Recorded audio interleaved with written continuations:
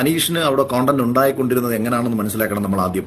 അനീഷ് പല ആൾക്കാരുടെ അടുത്തും പോയിട്ട് റിയാക്ട് ചെയ്ത സമയത്ത് ആ റിയാക്ട് ചെയ്തപ്പോൾ ഉണ്ടായിട്ടുള്ള ഒരു കോണ്ടന്റ് ഉണ്ട്. അതായത് റിപ്പീറ്റ് ആയിട്ട് അനീഷ് പറയുന്ന കാര്യങ്ങളെ അന്വേഷിച്ച് ആവർത്തിച്ച് പറയുകയും അതിലൂടെ അപ്പുറത്ത് ഓപ്പോസിറ്റ് നിൽക്കുന്ന ആൾക്കാർക്ക് ഭയങ്കര ഇറിറ്റേറ്റഡ് ആയിട്ട് വരികയും ആ ഇറിറ്റേഷനിൽ നിന്ന് ഇപ്പൊ നമ്മൾ രേണു സുഖമായിട്ട് ബന്ധപ്പെട്ട് നമ്മൾ നോക്കിയാലും അല്ലാതെ മറ്റുള്ളവരോട് സംസാരിച്ചപ്പോഴൊക്കെ തന്നെ തുടക്കത്തിൽ അനീഷ് സ്വീകരിച്ചിരുന്ന ഒരു സമീപനം ഉണ്ടായിരുന്നു. ആ സമീപനമാണ് ബേസിക്കലി അനീഷിനെ ഒരു കോണ്ടന്റ് ക്രിയേറ്ററാക്കി മാറ്റിയത്. പിന്നെ ഇതിനടുത്ത് അനീഷ് ഏറ്റവും ബുദ്ധിപരമായിട്ട് കളിച്ചൊരു ഗെയിം എന്ന് എനിക്ക് തോന്നിയൊരു സംഭവം ഞാൻ പറയാം. അതായത് ഷാനവാസ് ഭയങ്കര അമ്മിയമ്മി നമ്മുടെ അനീഷിന്റെ സുഹൃത്താക്കാൻ വേണ്ടിയിട്ട് ശ്രമിച്ചു.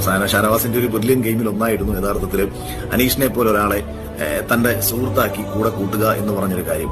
അപ്പം എന്തുകൊണ്ടായിരിക്കുമെന്നറിയാമോ? ബേസിക്കലി ഒരു സെലിബ്രിറ്റി സ്റ്റാറ്റസ് ഉള്ള ഒരു സീരിയലിലെ ഒരു മെയിൻ ലീഡ് ക്യാരക്ടർ ആയിട്ടുള്ള ഷാനവാസ് അനീഷിനെ പോലെ ഒരാളെ പ്രൊവോക്ക് ചെയ്യുകയോ അനീഷിനെ പോലെ ഒരാളടുത്ത് മോശമായി പെരുമാറുകയോ ചെയ്തു കഴിഞ്ഞാൽ സംഭവിക്കാൻ പോകുന്നൊരു വലിയ അപകടം. ഷാനവാസിന്റെ പ്രിവിലേജിനെ ഉപയോഗിച്ചുകൊണ്ട് അയാൾ അനീഷിനെ പോലെ സാധാരണക്കാരനോട് സംസാരിക്കുന്നതാണെന്ന് ഒരു ചർച്ച പുറത്തു വരാനുള്ള പോസിബിലിറ്റി ഉണ്ട്. ഇത് വളരെ ബുദ്ധിപരമായി മുൻകൂട്ടി കണ്ട നമ്മുടെ ഷാനവാസ് എന്ത് ചെയ്തു? അനീഷിനെ തന്റെ അടുത്ത സുഹൃത്താക്കി മാറ്റാൻ ശ്രമിച്ചു. അങ്ങനെ ഷാനവാസിന്റെ ഈ ബുദ്ധി മനസ്സിലാക്കി അനീഷ് ബുദ്ധിപരമായിട്ട് ഷാനവാസിന് പിടികൊടുക്കാതെ നിന്നതാണ് നമ്മൾ കഴിഞ്ഞ ആഴ്ചയൊക്കെ കണ്ടത്. അപ്പൊ എന്തായാലും ഷാനവാസും അനീഷും മികച്ച രീതിയിൽ തന്നെ മുന്നോട്ട് പോകുന്നുണ്ട്.